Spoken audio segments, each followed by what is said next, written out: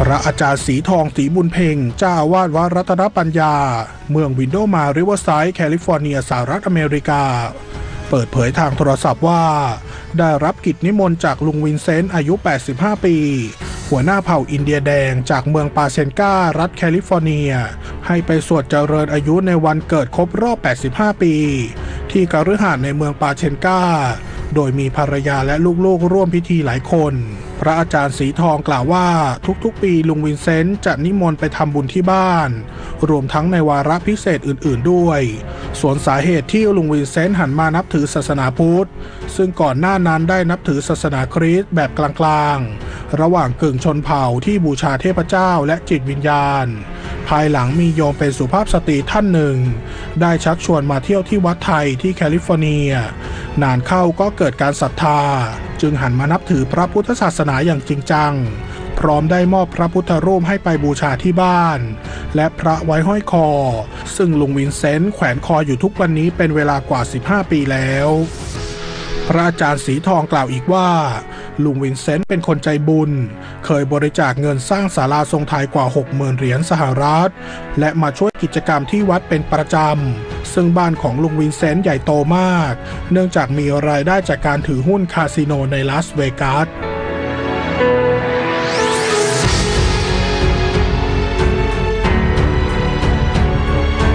พบกับประเด็นข่าวร้อนทางพระพุทธศาสนากับ BPCT Report ได้ใหม่สำหรับวันนี้สวัสดีครับร่วมเผยแผ่ธรรมโดยน้ำนมถั่วเหลือง UST ตาโอไฮโอ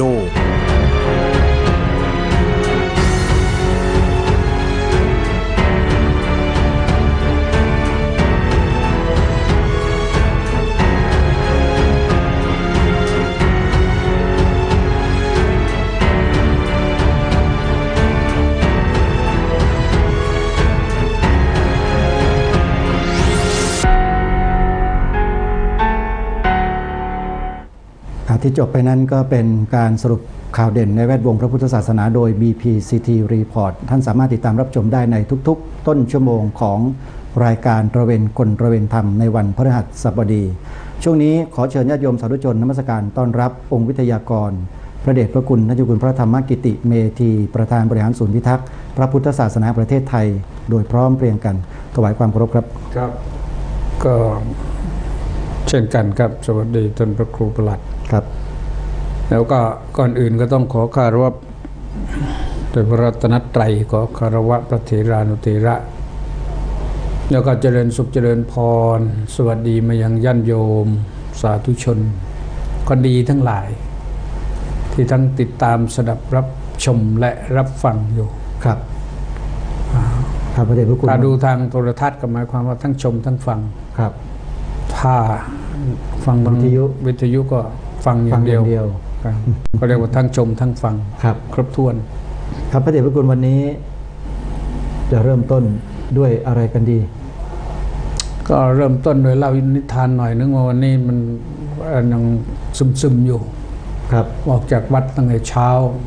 ไม่ได้หยุดเลยพอไปขึ้นเครื่องบินไปนครศรีธรรมราชอ๋อครับไปกลับนะเนี่ยไปกลับครับครับผมครับไม่กลับก็คงไม่ได้มานั่งไปงานอะไรครับเนี่ยคุณคือว่าเช้านี้ไปงานภาษาเขาใช้ปัจจุบันว่าสำหรับพระนะฉลองอายุวัฒนมงคล90 ปีครับท่านปาจารย์คำว่า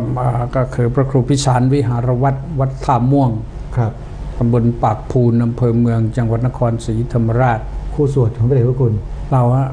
เป็นปาจารย์ไงคือเป็นพระรุ่นพี่ของอาจารย์รุ่นอาจารย์ของอาจารย์เรียกว่าปาจารย์ครับผมคนไทยเราโดยเฉพาะอย่างยิ่งทางภาคอีสานมาใช้ว่าครูบาอาจารย์ครับผมมาจากครูแล้วก็ปาจารย์แล้วก็อาจารย์เป็นครูบาอาจารย์นี่แหละครับครับภาษาบาลีว่าปาจารย์หมายถึงผู้ที่เป็นอาจารย์ของอาจารย์ครับเราเรียกว่าอาจารย์ปู่ก็ได้ครับผมวัดอะไรครับวัดท่าม่วงครับท่าม่วงครับก็อยู่ใกล้ๆสนามบินนครศรีธรรมราชครับผมก็ขึ้นเครื่องไป8:20ตั้งใจว่าไปถึง9:30ตามกำหนดครับต่อรถไปอีกสัก10 นาทีก็ถึงแล้วครับผม พอเสร็จปุ๊บก็10 นาทีหนึ่งก็ถึงแล้วครับผมแต่ปรากฏว่าการบินก็ทำเหตุเนื่องจากเป็นปกติของเขาคือดีเลย์อีกแล้วช้า ไปถึง4 โมงเครื่องลง10 บาทแล้วผมก็โชคดีผมไม่วิตกกังวลเลยครับพอขึ้นนั่งก็ปั๊บคาดเข็มขัดผมยังไม่รู้ว่าเครื่องแท็กซี่ไปเข้ารันเวย์ตรงไหนเมื่อไหร่ครับขึ้นเมื่อไหร่ไปตื่นโน้นได้ยินเสียงก็ประกาศว่าขณะนี้เราบินอยู่ที่ระดับความสูง 32,000 ฟิตทีก็คือ10 กิโลเมตรครับผมหลับต่อ ไปอีกทีหนึ่งเขาบอกว่าตอนนี้เครื่องกำลังลดเพดานบินลงสู่สนามบินนครศรีธรรมราชครับพอลงไปปั๊บเขาบอกว่าเราได้มาถึงพาท่านมาถึงสนามบินนครศรีธรรมราชเรียบร้อยแล้วครับผมคนนี้ก็เป็นเวลา10 นาฬิกาโอ้เป็นไงฮะเข้าออนเลยทั้งที่นั่งผิดประมาณล่วงเลยเวลาสิเขานิมนต์ไปนั่งเป็นประธานด้วยโอ้โหแล้วก็สวดอะไรกันไปถึงก็สวดไปเกือบไปครึ่งหนึ่งแล้วปกติเครื่องบินมันขึ้นแล้วมันน่าจะไปได้ไวนะเพราะไม่รู้ชาตรงไหนผมก็ไม่รู้เหมือนกันเพราะว่าพอขึ้นเครื่องปั๊บผมก็หลับเลยคาดเข็มขัดเสร็จผมก็หลับเลยครับผมพอโทรศัพท์ผมก็ไม่ได้ปิดใส่ย่ำไว้ใส่กับใส่ย่ำไว้ครับพอโน้ตเครื่องจะลงนึงในปิดโทรศัพท์ปกติเขาไม่ให้เปิดแล้วก็ไม่ได้ดื้อรั้นอะไรหรอกเพราะว่าเครื่องอิเล็กทรอนิกส์บางทีมันไปรบกวนวิทยุการบินเขาครับแต่เราก็รบกวนแล้วมันจะทำให้อะไรอันตรายไม่ใช่แต่เราคนเดียวมันทั้งลำเครื่องบินทั้งลำขึ้นปั๊บหลับปุ๊บแปลว่าทำงานพอลงแป๊บหน่อยถึงจะได้รู้เรื่องก็เลยแอบปิดเอาตรงนั้นเครื่องลงแล้วฝนตกนะครับข้างบนตอบไม่ได้เลยเพราะว่าผมหลับนะฮะตอนลงสนามไม่หลับไม่ตกครับผมเพิ่งจะมีปล่อยนิดหน่อยตอนเดินไปขึ้นเครื่องขากลับเนี่ยครับก็ปล่อยมาก็เดินได้ไม่ต้องกางร่มครับจากที่นั่นพอเสร็จก็รีบครับถวายก็มุทิตาสักการะก็ถวายไปเรียบร้อยแล้วครับก็เลยไปต่อมีอีกงานหนึ่งงานประชุมครับที่วัดเกาะจากวัดเกาะจากอำเภอปากพนังทีนี้ก็ลามอำเภอกันครับผมครับทางกับถึงปากพนังวัดครับเป็นวัดที่ผลิตพระเถระผู้ใหญ่บัณฑิตมาเยอะอย่างหลวงปู่พระสุธรรมาธิบดีแบนกิติสาโรนี่ก็เกิดจากที่นั่นครับวัดบวรพระธรรมเมธาพรครับระแบบทิตยาโนก็เกิดที่นั่นวัดบวรเหมือนกันครับแล้วก็ยังมีหลวงพ่อประราชกวีลาภธนสาโรอันนี้อยู่ที่วัดบวรนั่นแหละเอาแล้วครับครับโอ้หลายรูปก็เกิดที่นั่นครับแล้วมีใครอีกท่านมหาวิชิตอะไรก็ลูกอยู่กับหลวงปู่ก็เกิดที่นั่นก็ท่านก็ไปเป็นเจ้าภาพอยู่เจ้าภาพไปประชุมนี่มันเป็นการประชุมวงใส่เพลิงด้วยนะยังไงฮะประชุมเพลิงเป็นการประชุมเพลิงด้วยเป็นการประชุมเพลิงงานศพของอดีตนะตอนนี้เป็นอดีตเจ้าอาวาสคือพระครูสันติสังวรคุณครับเมื่อวันซืนนี่ก็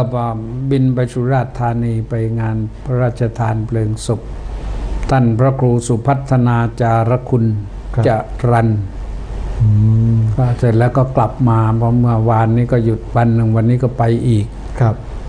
ไปอีกก็ไป2 งานวันนี้ได้2 งานแล้วท่านไม่ทราบว่ามีเรื่องจะทำพินัยกรรมไว้หรืออย่างไรท่านก็ไม่ได้ขอพระราชทานเพลิงศพก็ญาติแล้วก็พระสงฆ์ก็ไปร่วมกันครับทีนี้พอไปถึงปรากฏว่าจะรีบกลับทีเดียวก็ไม่ได้เพราะพวกพ้องกันเทศหน่อยในที่สุดต้องขึ้นธรรมาสเทศครับ ครับก็ใช้เวลาไปประมาณสักทั้งเทศทั้งให้ศีลอะไรก็ประมาณ40 นาทีครับก็ไม่รู้แหละคนฟังแต่คนเทศมันแล้ว เสร็จแล้วก็ลงจากธรรมาสน์ก็กราบลาพระแล้วก็รีบขึ้นรถกลับเลยไม่ทันเที่ยวบินครับเพราะว่าถ้าอยู่เพราะว่าจองตั๋วไว้บ่าย3:30วันนี้ครับตั้งใจว่าอย่างไงก็ต้องมาดีๆทีวีให้ทันโอ้สาธุครับเดี๋ยวก็เลยบ่าย3:30ก็เครื่องขึ้นครับเขาถือว่าประกาศแต่ขึ้นไม่รู้มันไม่รู้คนบินยังไงวันนี้ใช้ไทยไลออนแอร์ไม่กระฉับกระเฉงเหมือนไลออนเลยมั้งขาไปก็ช้าขามาก็ดีเลยต้องเปลี่ยนเที่ยวบินแล้วมั้งครับก็นานๆผมก็ใช้ก็สักทีหนึ่งอ่ะแต่ว่าเนี่ยมันมาแล้วพอลงจากเครื่องนู้นพาไปปล่อยเกาะปล่อยทะเลไว้ตรงไหนไม่รู้ผมก็ไม่อยากดูแล้วมันไม่มีหลุมจอดไม่มีวังช้างก็ปล่อยไว้กลางสนามนู่นแหละนะที่ก็จอดอีกที่หนึ่งครับก็เลยมันมีรถพวกชัตเติลบัสก็เรียกชัตเติลบัสรถที่รับส่งภายในครับผมก็ส่งไปก็ไปไกลนี่เพราะไกลมันก็ต้องเลี้ยวหลายเลี้ยวทั้งที่วิ่งตรงพรวดก็ได้แต่กติกาของสนามบินก็ไม่ให้วิ่งตรงครับผมก็เลยว่ากันยาวไปกว่าจะมาถึงก็มาขึ้นรถทีแรกว่าจะกลับวัดเฮ้ยทำไปถ้ากลับวัดนะเดี๋ยวรถติดบ้างอะไรบ้างหมู่นี้ครับก็เลยไม่ทันอีกก็เลยพรวดขึ้นทางด่วนมาลงหัวลำโพงเลยโอ้ครับสาธุที่ตั้งแต่เช้ามาจนถึงวินาทีนี้ไม่ได้เข้าวัดเลยยังไม่ได้เข้าวัดเลยญาติโยมแฟนคลับทั้งหลายที่อยู่ทางปากพนังทางปากปูนเรืองปากทั้งนั้นแหละตอนนั้นมันอยู่ใกล้ทะเลครับผมที่ไปเห็นหน้ากันวันนี้นะได้ทักบ้างไม่ได้ทักบ้างเนี่ยครับได้ชมกันไหมฮะก็มีหลายท่านอยู่แล้วนะครับก็พึงทราบเถิดว่าตอนถึงวินาทีนี้พระธรรมกิตติเมธียังไม่ได้ถึงวัดยังไม่ได้เข้าวัดเข้าห้องส่งก่อนเข้าวัดเหมือนกันแต่เข้าวัดดวงแขก่อนครับวัดดวงแขนี่เป็นวัดที่งดงามดั่งพระจันทร์วันเพ็ญนะครับผมดวงแขก็เลยเข้ามาที่นี่ก่อนครับก็มารอสักครู่หนึ่งก็ได้เวลาแหละก็คิดว่าเสร็จจากนี้ก็จะได้เลี้ยวรถเข้าวัดครับวันนี้ตั้งใจแล้วก็พรุ่งนี้ก็ต้องไปอีกนะครับพรุ่งนี้ผมก็ต้องไปอีกมีกิจอีกต้องตื่นตี 4แล้วก็พรุ่งนี้จะขึ้นเครื่องเช้า6 โมงโอ้โหแล้วก็พรุ่งนี้จะไปสงขลาลงใต้อีกต้องไปหัดเครื่องต้องบินไปลงหาดใหญ่ครับแล้วก็มีรถรับกลับไปที่สิงหนครครับผมอำเภอสิงหนครต้องข้ามสะพานป๋าเปรมมาครับก็มีประชุมพระในนี้พรุ่งนี้ประชุมพระที่ทั้งพระใหม่ทั้งพระเก่าที่วัดห้วยพุทธครับก็คงประชุมวันหนึ่งวันที่18ก็ยังติดอยู่โน้นครับวันที่18นี่เขาฉลองวัดเขาตั้งใจตั้งอกตั้งใจไว้เลยว่าประชุมพระและจะทำพิธีฉลองวัดด้วยครับฉลองวัดเนื่องในโอกาสวัดมีอายุครบ108 ปีวัดอะไรครับวัดห้วยพุทธอำเภอสิงหนครอำเภอสิงหนครตำบลรำแดงครับรำแดงเป็นวัดที่หลวงพ่อเจ้าอาวาสวัดราชาธิวาสวิหารพระธรรมกวีถือกำเนิดเกิดในพระพุทธศาสนาที่นั่นครับที่จริงท่านจะบวชวัดอื่นนั่นแต่ถ้าทราบข่าวว่าตอนนั้นลุงกำนันที่นั่นนะไม่ใช่ลุงกำนันสุราษฎร์นะโอ้ถ้ากำนันสุราษฎร์ไม่ใช่ก็ลุงกำนันบอกว่าถ้ามึงบวชแล้วจะเรียนต้องไปวัดห้วยพุทธก็เลยตั้งลุงกำนันแล้วก็พาไปบวชที่วัดห้วยพุทธโอ้ครับผมก็เลยได้บวชได้แล้วก็ได้ศึกษาเล่าเรียนครับแล้วก็ได้เติบโตในพระพุทธศาสนามาถึงวันนี้ครับผมจริงครูบาอาจารย์ผู้หลักผู้ใหญ่ท่านก็ไปช่วยกันสร้างมาที่นั่นก็เป็นแหล่งเป็นเรียกว่าสำนักตักกศิลาของตำบลรำแดงหรืออำเภอสิงหนครก็ไม่ไปไม่ได้ครับก็ต้องไปเพราะฉะนั้นวันที่18วันฉลองนั่นก็ต้องอยู่เขานิมนต์เจริญพระพุทธมนต์ไว้ด้วยไหนๆก็ไปแล้วไปประชุมพระแล้วครับปัจจุบันเป็นสำนักเรียนนะครับก็ ก็เป็นสำนักเรียนนะครับ ครับผม จัดราย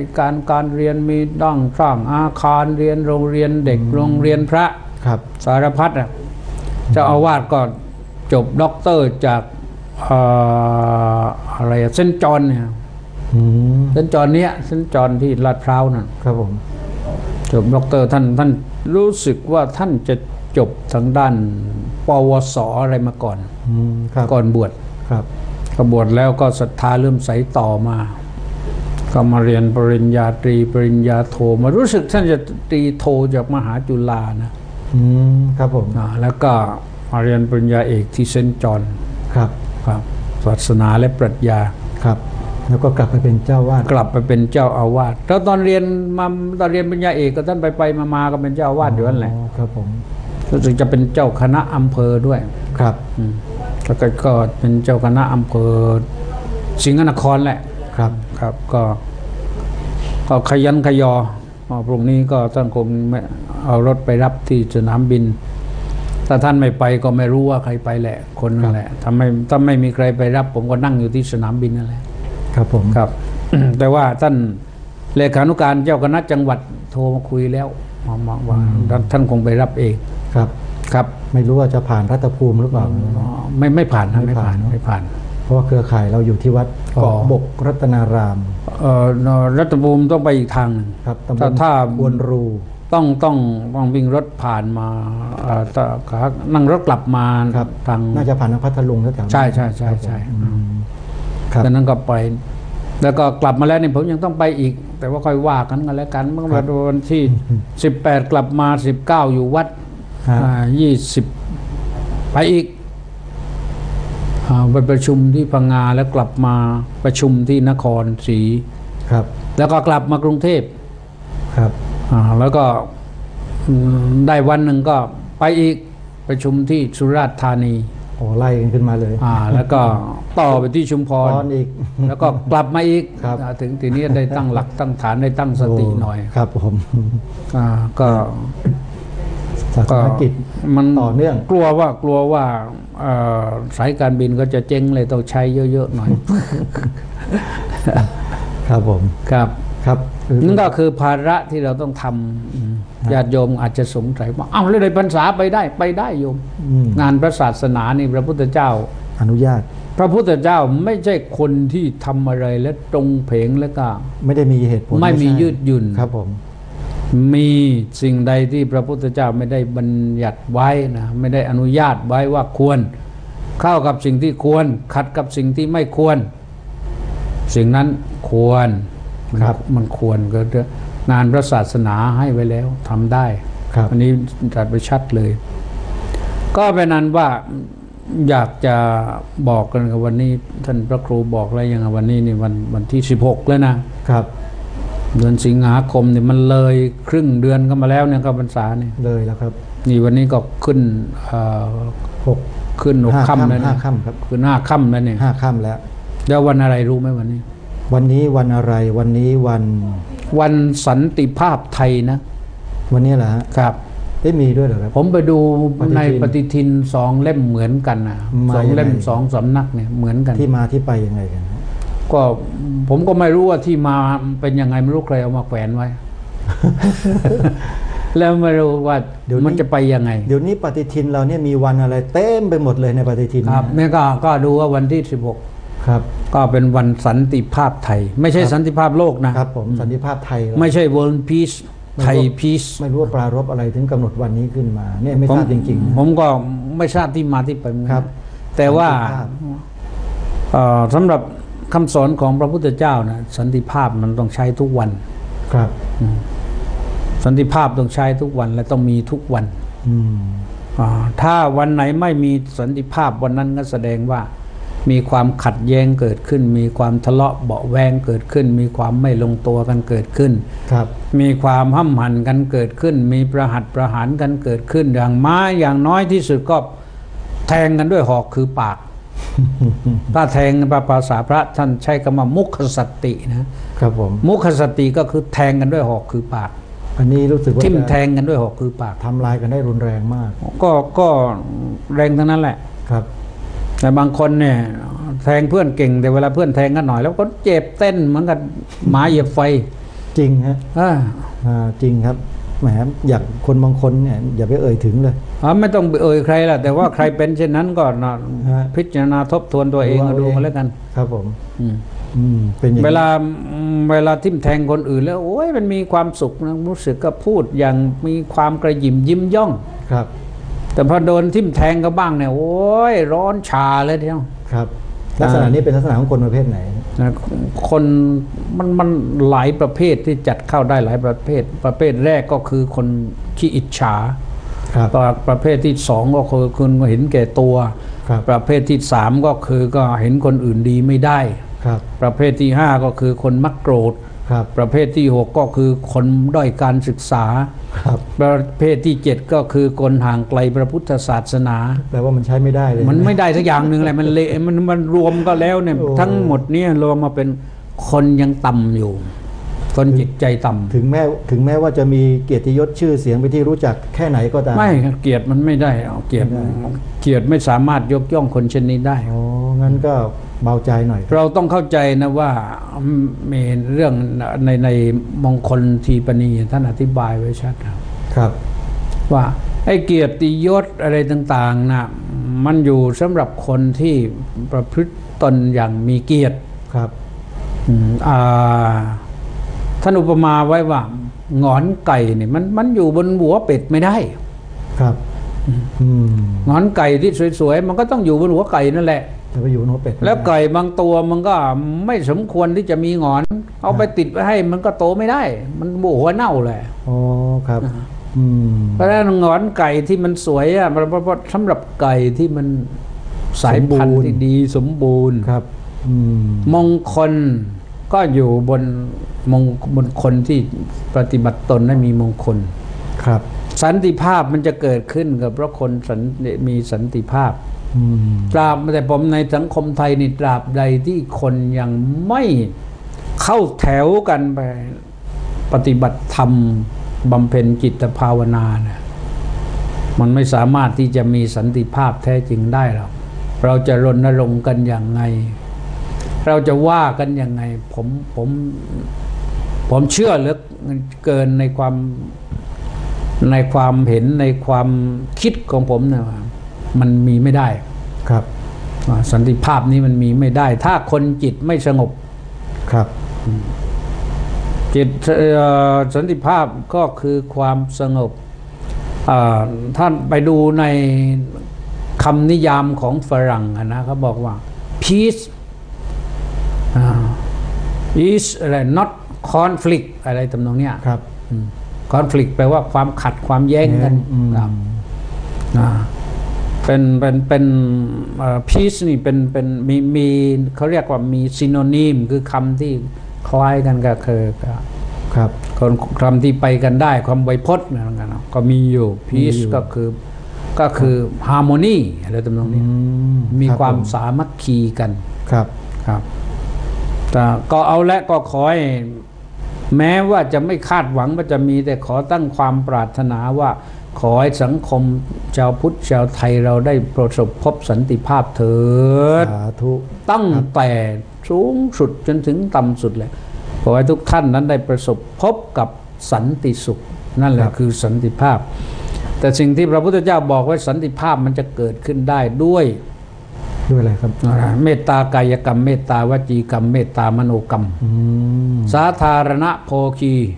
ศีลสามัญญตาทิฏฐิสามัญญตานี่คือหลักแห่งความ peace คือหลักแห่ง unity ถ้านอกจากนี้หลักแห่ง harmony ถ้านอกจากนี้เป็นไปไม่ได้ impossible ครับมันเป็นไปไม่ได้ก็เอาเลยครับนั่นก็เรื่องที่มันแทรกเข้ามาเป็นประโยคภาษาบาลีก็เรียกว่าเป็นลักษณะวันตะประโยคแทรกครับทีนี้เข้าเนื้อหาแต่คงยังไม่เข้าเนื้อหรอกเอายังเหรอครับพูดถึงเรื่องก่อนมันมีเรื่องเมื่อคืนนี่ ผมก็มีประชุมคณะกรรมการศูนย์พิทักษ์พระพุทธศาสนา พูดถึงกลางคืนแล้วผมตกใจเลยนึกว่ามีใครไปหาอีกอ๋อ คงจะขยาดหน่อยแล้วมั้งขยาดเหรอก็ตำรวจก็คงตามไปถึงบ้านให้รู้สึกว่าไปซักไปถามไปอะไรต่างๆคงจะไม่แล้วมั้งเมื่อคืนประชุมสมาชิกศูนย์พิทักษ์เกี่ยวกับเตรียมงานไงเตรียมงานวันมหาสังฆประชาปีติครับก็ได้สมาชิกไม่เท่าไหร่แล้วพอเริ่มจะประชุมก็ใกล้จะถึงเวลาประชุมฝนมันตกเอามันพาพีซเข้ามา ความสงบแต่ว่าก็มานั่งกันเต็มเลยครับประมาณรัก20 ท่านเห็นจะได้ก็ตกลงกันยืนยันตามเดิมว่าวันที่23นะครับภาคเช้าบูชาพระรัตนตรัยกันแล้วก็ผมก็จะขึ้นไปทักทายด้วยแนวการปฏิบัติธรรมยุคไทยแลนด์ 4.0 ผมก็ยังบอกไว้ว่าถ้าหากว่ามีท่านผู้ใดที่จะมาพูดได้ก็โอเคแต่ที่นี่ว่ายังไม่มีใครเสนอครับผมก็ต้องว่าไปก่อนนะครับจากนั้นก็ว่าไปถึงเที่ยงกับฉันถวายพระตาหารเพลแล้วก็เลี้ยงกันครับอันนี้ในส่วนนี้นี่ขอกระซิบไปถึงญาติโยมนะว่าผมจะพูดหวานๆหน่อยนิมนต์ว่าขอเชิญชวนญาติโยมร่วมไปเป็นเจ้าภาพโรงทานกันถ้าไม่มีโรงทานโยมพระก็จะอดทานพระก็จะอดทานแหละครับก็ขอเชิญชวนนะก็แต่ว่าถ้าไปนะถ้าท่านพร้อมไปก็ขอให้แจ้งไปก่อนเพื่อจะได้จัดต้อนรับจัดเต็นท์จัดอะไรครับจะมากจะน้อยโยมจะเอาขนมจีบไปสัก400-500 ชุดหรือจะเอาข้าวผัดข้าวมันข้าวแกงอะไรต่างๆก็ได้ทั้งนั้นแหละครับพระก็ฉันได้โยมก็ทานได้นี่นะฮะคนที่เดินถือขันอยู่นะเจ้าภาพหลักนี่ก็หนึ่งละครับ1แล้วแต่ไม่พอเราต้องช่วยกันครับช่วยกันอาโยมใครจะเป็นเจ้าภาพโรงทานงานวันมหาสังฆประชาปีติโทรศัพท์อยู่ที่หน้าจอแล้วโยมครับเอาโทรศัพท์เปิดกล้องถ่ายแต่ว่าโทรศัพท์นี้รู้สึกว่าเวลานี้จะใช้ไม่ได้นะเอากดชัตเตอร์ไว้ก่อนแล้วกันกดไว้ก่อนนะกดไว้ก่อนครับไว้วันพรุ่งนี้ไว้ช่วงกลางวันพรุ่งนี้ช่วงกลางวันครับพอถึงตอนนั้นแล้วก็เลยเพนก็อนุโมทนายถาสัพพีเสร็จเรียบร้อยแล้วโยมรับพรกันแล้วเนี่ยครับหลวงพ่อเจ้าอาวาสในฐานะเป็นประธานมูลนิธิครับศูนย์พิทักษ์พระพุทธศาสนาแล้วก็เป็นประธานในงานครับก็จะเดินทางถึงเมื่อเดินทางถึงก็นิมนต์หลวงพ่อจุดธูปเทียนบูชาพระรัตนตรัยครับนำบูชาเสร็จแล้วเข้าที่นั่งท่านพลเอกธงชัยเกื้อสกุลประธานที่ปรึกษาก็จะได้กล่าวรายงานครับว่าศูนย์พิทักษ์มาอย่างไรไปอย่างไรทำอะไรมีวัตถุประสงค์อะไรครับเพื่อไม่ให้ใครได้สงสัยว่าเอ๊ะทำอะไรกันครับให้มันชัดเจนเสร็จแล้วหลวงพ่อก็จะตอบสมโภชนีกถาอนุโมทนาครับสักเล็กน้อย10 นาที15 นาทีแต่หลวงพ่อพูดทุกครั้งนี่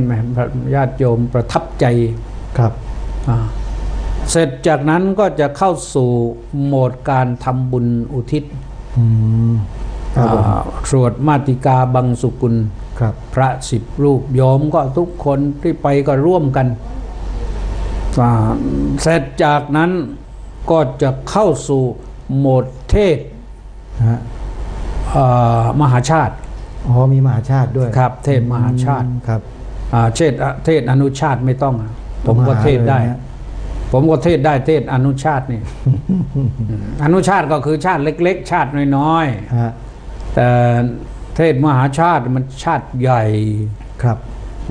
ชาติใหญ่ในชาติเดียวนะครับผมชาติเดียว13 กันเนี่ยเวสสันดรชาดกนี่เป็นเวสสันตรชาติครับเป็นชาติหนึ่งของพระพุทธเจ้า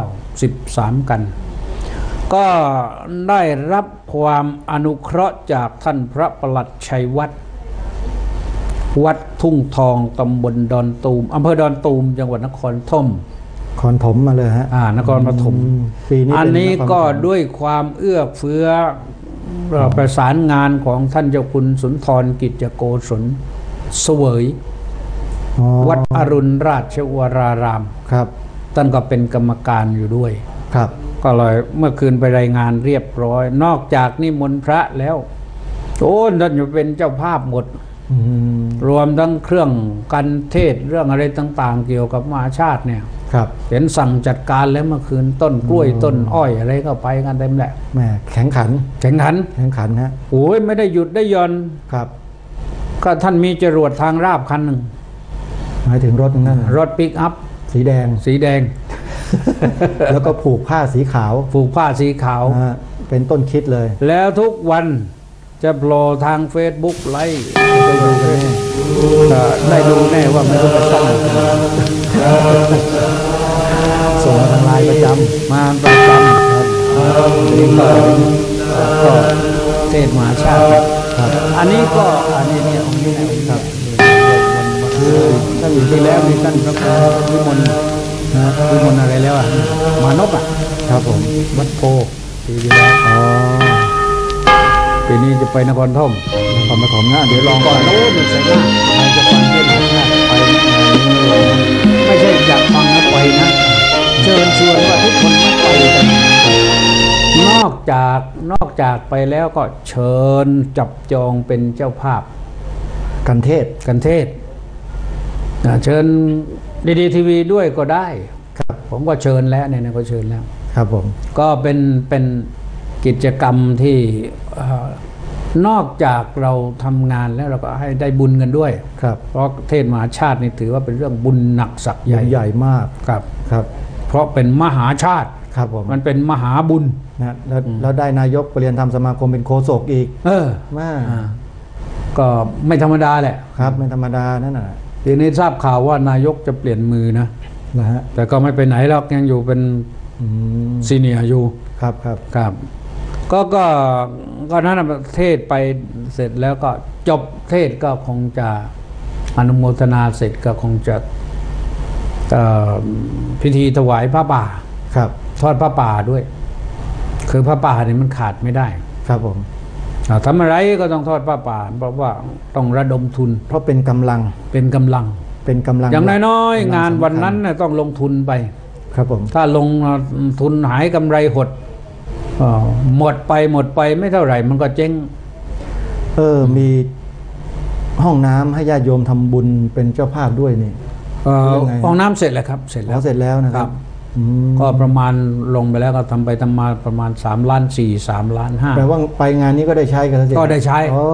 สบายแล้วโยมเสร็จเรียบร้อยครับผมแต่ว่า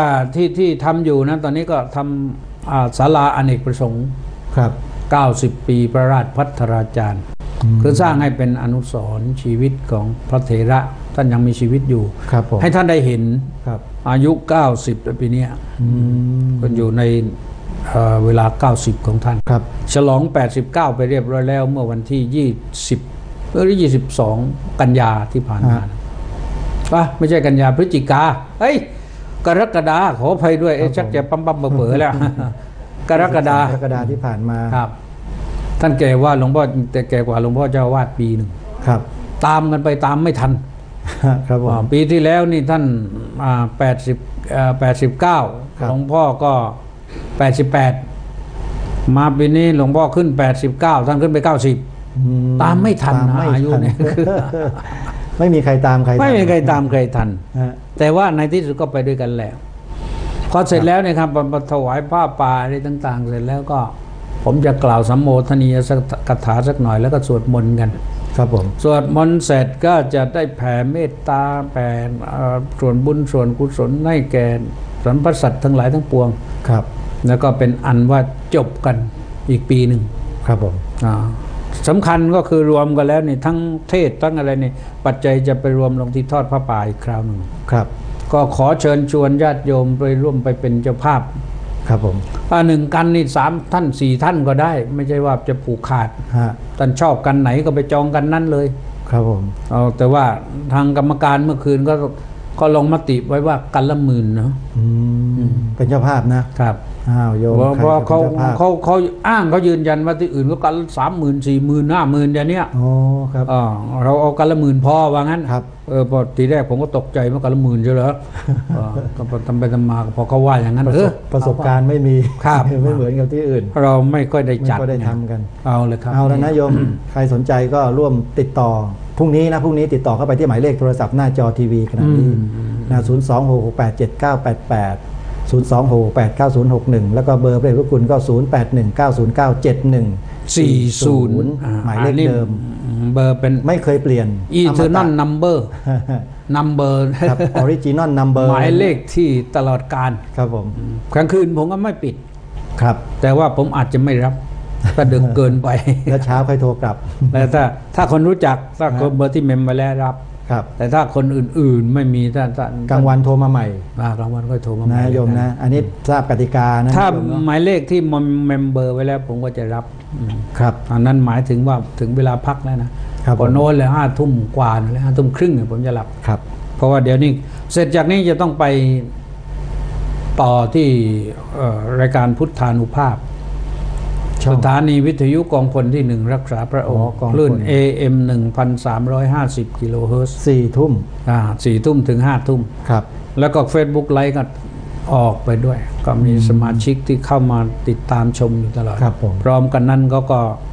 ก็บันทึกภาพใบบันทึกแล้วก็ไปแชร์กันต่อครับผมดูเมื่อคืนนี่ที่พูดเมื่อคืนแชร์ไปประมาณ58 ครั้งแล้วก็ไม่รู้ก็ไปแชร์กันต่อเท่าไหร่อนุโมทนาสาธุไม่สงวนลิขสิทธิ์แชร์ได้ไปเลยเอาละทีนี้ครับท่านพระครูประหลัดครับครับผม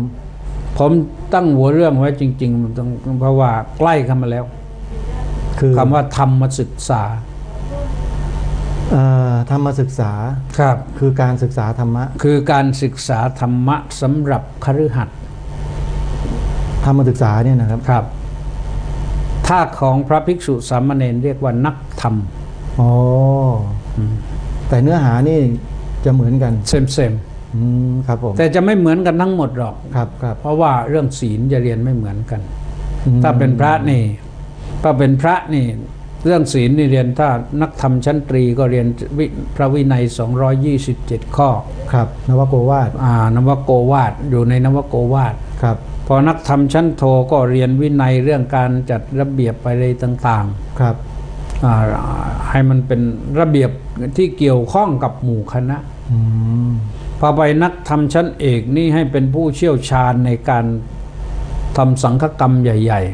ๆเช่นเรื่องของการเป็นอุปชาเรื่องของการเป็นพระสังฆาธิการเรื่องการเป็นผู้นำเรื่องการตัดสินคดีความอะไรต่างๆนั่นเรื่องของการประกอบพิธีออกจากกรรมเรื่องการอุปสมบทอะไรเนี้ยอุโบสถสังฆกรรมทั้งหลายเนี่ยนะครับครับผมอันนั้นอยู่ที่นักธรรมชั้นเอกครับผมลดลงมาอย่างนั้นเช่นเกี่ยวด้วยเรื่องการทำจีวรเรื่องการออกแบบกุฏิอะไรต่างๆเหล่านี้พวกนี้ก็นักธรรมชั้นโทครับถ้าเรื่องส่วนตัวล้วนๆก็คือพระวินัย227 ข้อเป็นเรื่องของพระซึ่งผู้บวชใหม่จะต้องรู้ก่อนผมอยากทราบเหตุผลประการหนึ่งด้วยคุณครับทำไมนักธรรมของพระชั้นตรีโทเอกจึงไม่ให้ฆราวาสเข้าไปเรียนเรื่องวินัยมันไม่จำเป็นเพราะญาติโยมเรียนไปแล้วก็ไม่ได้เอาไปใช้เพราะมันใช้สำหรับสมณเพศเป็นเรื่องของพระเขาครับแต่ก็มีวินัยให้ญาติโยมได้ศึกษาแล้วเรียนมีเหมือนกันในแบบฉบับของโยมครับถ้าต้องการเรียนต้องมาเรียนถ้าในชั้นตรีนี่ก็เรียนเรื่องรายละเอียดของเบญจศีลเบญจธรรมครับถ้าในชั้นโทก็ไปเรียนวินัยเรื่องของอุโบสถการรักษาศีลอุโบสถครับถ้าไปในชั้นเอกก็เรียนไปรู้สึกฉันจะใช้เรื่องกุศลกรรมบทครับเป็นส่วนพระวินัยของญาติโยมครับอันนี้แหละที่เป็นความต่างแล้วก็ปีนี้ท่านแยกใหม่นะ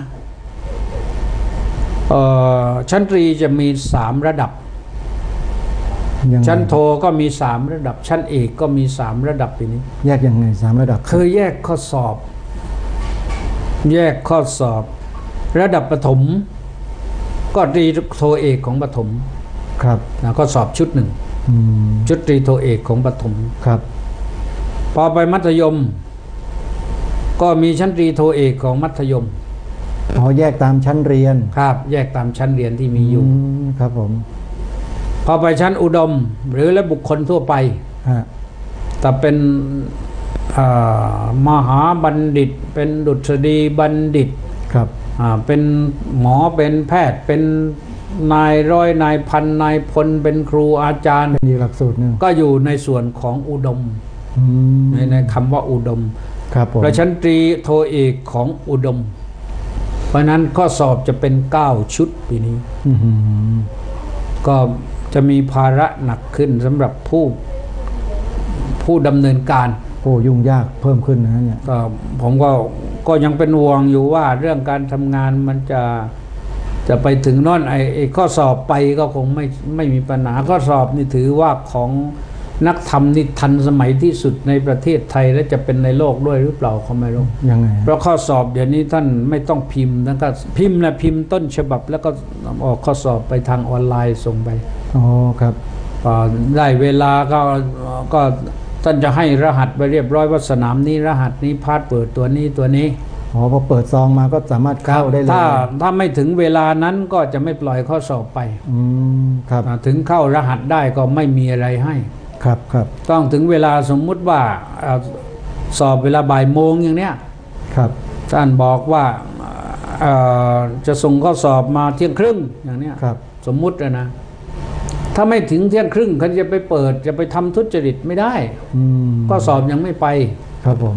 พอถึงเที่ยงครึ่งปั๊บก็ตั้งจะปล่อยไปถึงเที่ยงครึ่งปั๊บอย่างเนี้ยก็หมายความว่าทางโน้นสามารถที่จะไปดาวน์โหลดออกมาได้แล้วก็ถ่ายเอกสารแล้วก็ถ่ายเอกสารแล้วก็ไปจัดทันทีเข้าห้องสอบเลยถ้าเครื่องถ่ายเอกสารแฮงก์ก็จบเลยก็วิ่งหาเอาแถวนั้นแหละครับผมแต่รายงานได้มันไม่แฮงก์ทั้งหมดหรอกแต่ที่ทำแล้วมาเนี่ยออกมารู้สึกจะ2 ปี 3 ปีแล้วประสบความสำเร็จครับทั้งที่สนามสอบเนี่ยเป็นเยอะแยะมากมาย 2,000 กว่าสนามนะผมว่าทั่วประเทศครับทั้งต่างประเทศด้วยไหมฮะไม่ต่างไม่ใช่ในประเทศ 2,000 กว่าสนามสอบครับทั้งนักธรรมทั้งธรรมศึกษานี่เยอะครับแต่ทั้งก็ทำสำเร็จมาแล้วประหยัดกระดาษข้อสอบไปเยอะเลยครับผมอย่างภาคของผมเนี่ยถ้าใช้แบบเก่าเนี่ยต้องเอารถ10 ล้อขนไปข้อสอบเยอะขนาดนั้นเลยครับใช้กระดาษหลายร้อยรีมอาจจะเป็นถึง1,000 รีมต่อไปถ้ายิ่ง3 ชุดอย่างนี้ครับผมแต่ตอนนี้เนี่ยออกพรวดไปถึงก็แต่ละสนามก็รับผิดชอบกันเองหากระดาษมาเพื่อจะเตรียมถ่ายก็วิชาหนึ่งก็ถ้าสมมุติว่านักเรียนสักประมาณไม่เกิน500อย่างเนี้ยครับก็รีมเดียวก็เสร็จครับรื่นนี่ที่ออกไปให้เวลาไปประมาณ30 นาทีก็เผื่อว่านักเรียนมากก็จะได้ไปพริ้นทันถ่ายทันนี่ทีนี้เรื่องของอนาการเรื่องของการบริหารจัดการนะจริงๆและการเรื่องของธรรมศึกษาเนี่ยเริ่มต้นตั้งแต่ท่านก็ฝึกฝนอบรมครูอาจารย์ที่จะไปสอนแล้วก็กำหนดให้พระไปกำกับอย่างโรงเรียนเนี่ยส่งเด็กเข้ามาสอบอย่างเนี้ยครับโรงเรียนหนึ่งอาจจะหลายห้องพระไปสักรูปหนึ่งไปเป็นผู้กำกับไม่ใช่พระไปเฝ้าห้องสอบครับให้อาจารย์นั่นแหละเฝ้าห้องสอบแล้วพระไปคอยกำกับพระกำกับอาจารย์อีกทีนึงแล้วก็ได้แนะนำด้วยว่าถ้าเขาไม่เข้าใจตรงนี้จะทำอย่างไรครับนั่นไปบอกตรงนั้นแต่บางครั้งบางทีพระก็ไม่เข้าใจก็จัดตัวเองก็ไปคุมห้องสอบด้วยไม่ใช่นะครับผมไม่ใช่พระไปนั่งที่สำนักงานกลางของการสอบก็ไปให้คำปรึกษาครับว่าถ้าขัดข้องอย่างนี้จะแก้ไขปัญหาอย่างนี้งี้นะ หรือสอบเสร็จแล้วเก็บข้อสอบมาจะแพ็คอย่างไรจะทำอย่างไรครับในลักษณะจะเป็นอย่างนั้นเสร็จเรียบร้อยแล้วก็ท่านก็จะมีนิเทศท่านก็มีนิเทศแต่พระก็พอจะเข้าใจเรื่องอย่างนี้ครับแต่แล้วก็พอถึงสอบเสร็จอันนั้นแหละจะเป็นภาระของเจ้าคณะภาคสำหรับชั้นตรีชั้นโทก็จะเป็นรองเจ้าคณะภาคเป็นรองแม่กองก็เดี๋ยวนี้ก็รู้สึกว่าแม่กองจะรับภาระหรือว่าจะมอบให้ใครในชั้นนักธรรมแต่ว่าธรรมศึกษานี่จะมอบให้วัดหลวงพ่อธรรมรัตนดิลกวัดสุทัศน์เป็นใหญ่ครับผม